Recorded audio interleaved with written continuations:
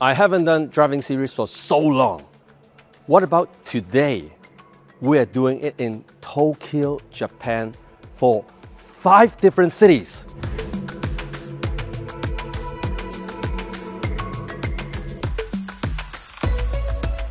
I was warned by fellow YouTubers not to rent a car bigger than the Honda Fit because the driving is going to get very challenging when we get to Kyoto. But here I am with the Lexus IS. Let's see how the story unfolds. I stayed in Hoshinoya Tokyo for a traditional Japanese style experience. Once you step into the hotel, you will be asked to take off your shoes because the flooring in the entire hotel is done in Japanese tatami. No shoes anywhere in the hotel. Of course, the experience won't be complete without a traditional Japanese breakfast.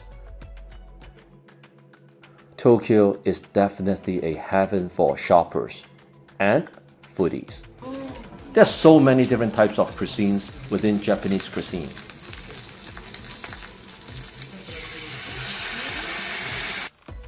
I want to share a very hilarious story with you. I had to use Google Translate to keep apologizing to the chef during a yakitori dinner. In Toronto, we have yakitori restaurants as well. They serve skewers with beef, chicken, pork, seafood, and vegetable. They are a perfect match with beer and I enjoy them a lot. So I was really looking forward to trying out an authentic yakitori restaurant in Tokyo. I sat down at this circular bar table with 12 people and the chef standing in the middle grilling with charcoal.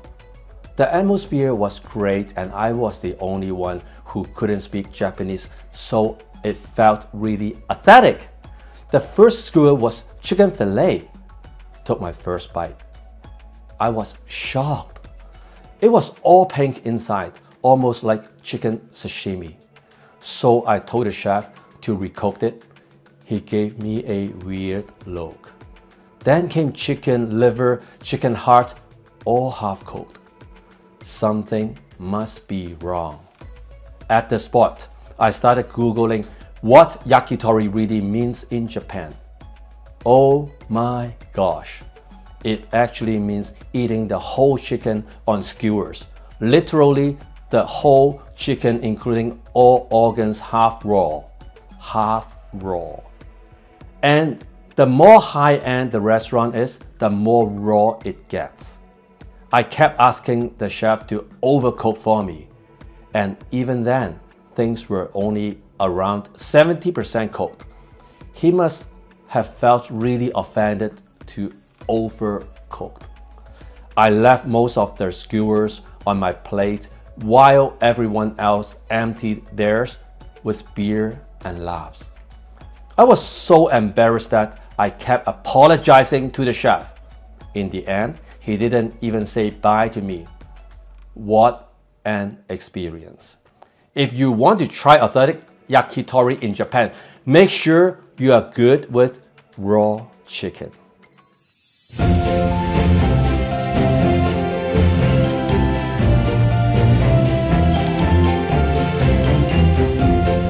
Let me share one more food story with you. Toronto only has one Michelin 2-star restaurant and it is a sushi omakase restaurant. I had the chance to try that out last year on my birthday. I was really impressed at both the quality of food and the hospitality. I was really curious to see how it would compare to authentic sushi omakase in Japan. I was lucky enough to get a reservation in a Michelin 1-star sushi omakase restaurant in Tokyo. Very fresh ingredients. The tuna melted in my mouth. How did this compare to my Toronto experience? They are not on the same level. The Toronto one is actually on a much higher level for both quality of food and service. Surprise. So if you are looking for an amazing sushi omakase experience, you can actually get it in Toronto. Tokyo gets busy and congested. And this is how you park in a shopping mall. When you're ready to go, you pay for your ticket and this screen tells you which gate to pick up your car at. Let's drive to the next city. After 1 hour and 15 minutes drive, I arrived in Hakone. Hakone is most famous for its onsen, which means natural hot springs in Japan. The resort I picked is backing onto Mount Osaka. Onsen resorts typically includes an onsen experience, a traditional Japanese dinner, and a breakfast. You get to enjoy a gorgeous view while bathing in the onsen on your balcony. I really enjoy the sunset view and I am now ready for the kaiseki dinner. Kaiseki is a traditional multi-course dinner with a series of small dishes with a lot of details in both the preparation and presentation.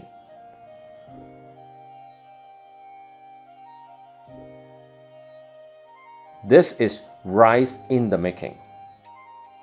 To enhance my dining experience, I'm wearing a kimono for the occasion.